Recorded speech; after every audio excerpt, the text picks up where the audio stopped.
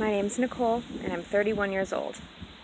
I'm the mother of 2 children, and I lead a very busy, active lifestyle, and look pretty healthy on the outside. Most people wouldn't guess that I'm actually battling stage 4 cancer. I didn't have any of your typical symptoms that you read about, with bleeding in the stool and tons of pain.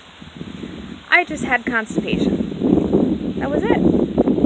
This started last fall, 2016, when I approached my doctor and said I was dealing with some issues, and we thought about diet, we thought about water, we thought about exercise, we tried probiotics.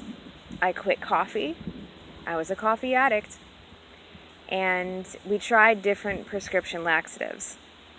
None of them worked on me.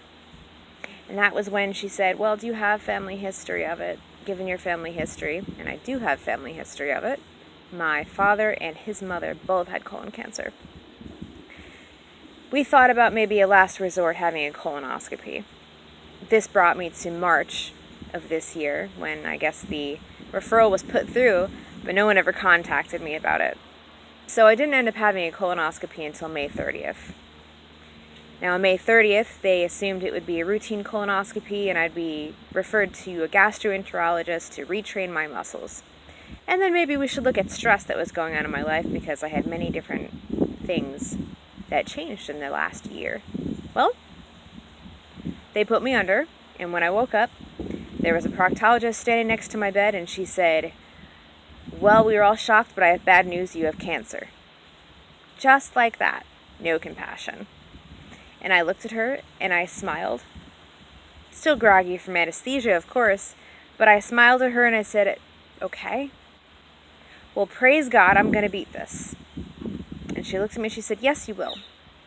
And she walked away. And that was that. I got my discharge papers, and a lot of it went over my head because, of course, I was so groggy. But now, I had to deal with the shock of telling friends and family that I'm only 31, and I have cancer.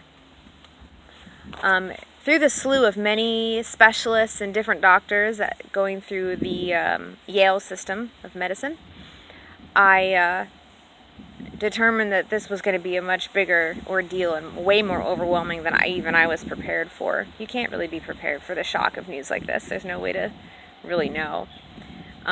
Fear never gripped me because I have strong faith in the Lord, but it was definitely overwhelming and intimidating for a while there.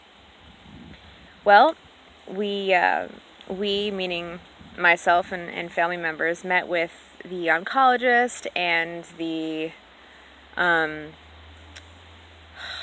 the specialist for infertility, and the radiologist, and all these different things. And I determined that this obviously was going to be a toxic and unhealthy route for me, but I didn't know where else to turn. So I went through a first round of chemo with the prescription of Folifox-Erie. I can't give you the long names for each of those medications, but I can tell you that I was allergic to them.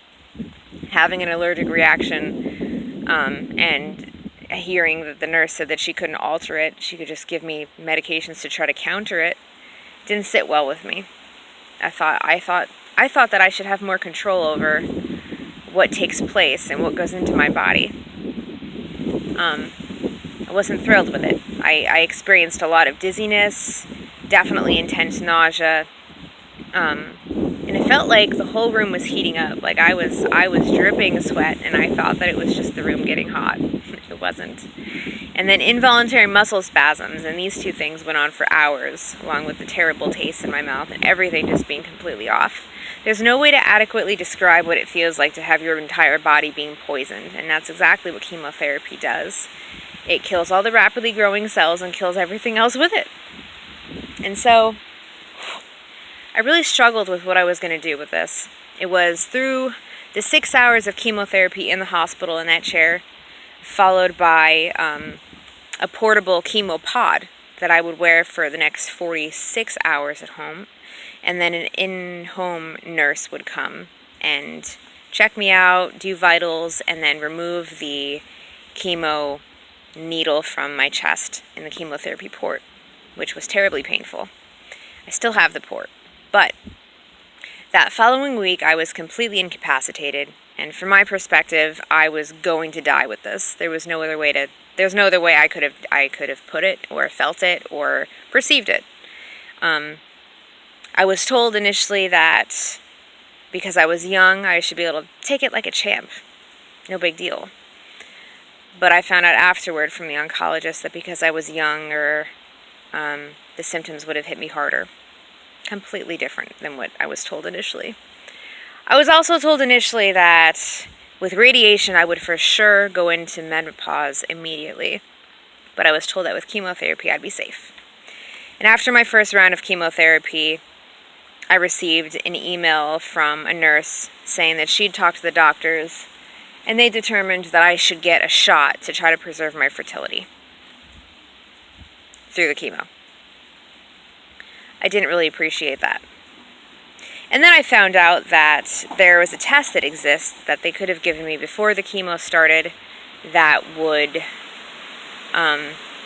determine what kinds of chemotherapy my body could handle and what it couldn't. And I called my insurance company and found out that they would have covered it, but it was never offered to me.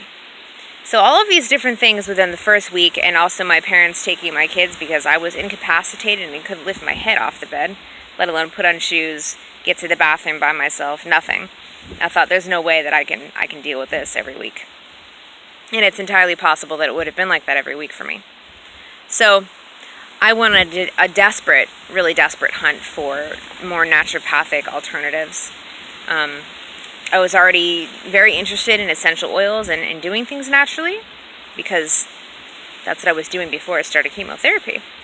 Once I was diagnosed, I rapidly changed my diet and my lifestyle and everything. Tried to flush stress out of my life. And that just sent me on a desperate search to find doctors who could possibly help me go in a different direction. And that was when I found a naturopathic oncologist and called her up in a frenzy and said, I need a consultation. I don't know how much it costs, but I don't even care at this point. I need to know what else is available. And I have to tell you, that changed my entire world. It changed my outlook. It changed everything. It gave me hope.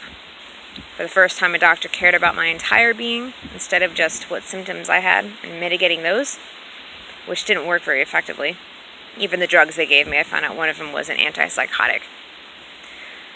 So once I started on that path, I realized there was going to be no looking back, but I didn't know how to approach my doctors at the hospital.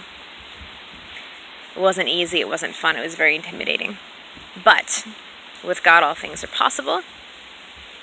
Not always now, and not necessarily all things for you specifically, or me. But that is to say that I continued with the naturopathic treatment, and that's what I'm doing, and that's why I am where I am, and my eyes sparkle, and my skin is clear, and I have energy.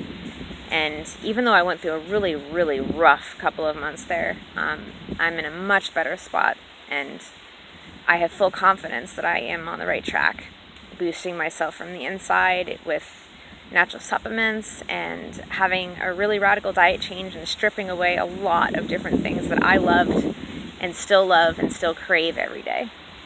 I'm learning a lot about what it actually means to be healthy and what it means to be well, and how deeply I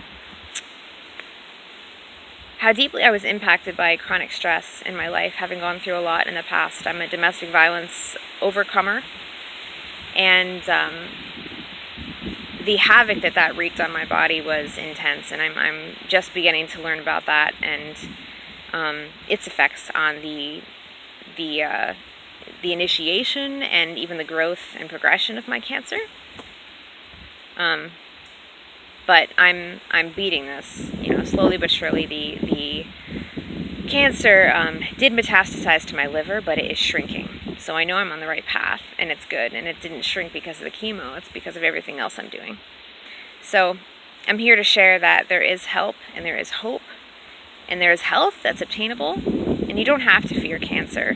There's really not. I'm not afraid of cancer at all, actually. Isn't that strange? It's strange to say. It's probably strange to hear. But I know that I'm doing what I'm supposed to be doing. And I'm really thankful for the opportunities that are coming to me to be able to continue on this path, because chemotherapy is, number one, expensive. Number two, it puts the money in the wrong pockets. And number three, it's deadly. And I want to live. And I love life, and I live every day, not like it's my last, but like it's my first, because God's mercies are renewed every day. So I thank you for listening. Thank you for watching. Thank you for following along on my journey and supporting me with your prayers and your words of encouragement and financial assistance as you're able to. The only way this is happening is through donations and through people who are interested in health and interested in learning. And as I learn, I'm trying to teach others, and it's been a fantastic journey so far, and I know I have a ways to go, but I'm deeply motivated and deeply invested in this path, and it's not going to end once the cancer is gone. Definitely not. This is a lifestyle change, and this is permanent, and it's really good.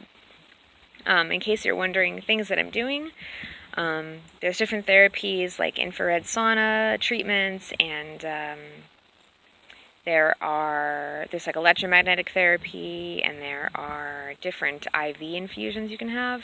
I'm doing some vitamin C, and there's going to be some other things too coming along here, but lots of supplements and lots of nutrients. Just push them. Overdose on your nutrients.